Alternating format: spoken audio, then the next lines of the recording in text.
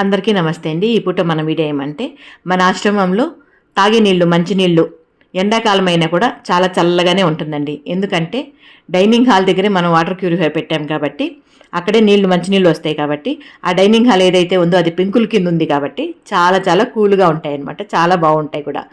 ఇంకా బయట ఎవరైనా అతిథులు వచ్చినప్పుడు కానీ లేకపోతే మనం బయట వచ్చినప్పుడు కానీ నీళ్ళు అందుబాటులో ఉండాలి పని ఇక్కడ కుండు పెడదాము అన్నట్లుగా మా వారు కుండు అరేంజ్ చేస్తున్నారండి.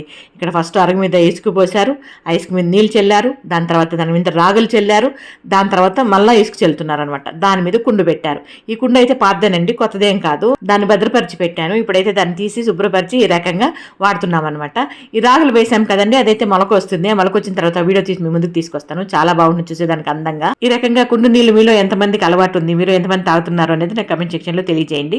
ఇది ఈ పూట మన చిన్ని వీడియో మీద మీ అభిప్రాయం తెలియజేస్తూ వీడియో నచ్చితే లైక్ చేయండి. ఓకేనా? Thank you so much.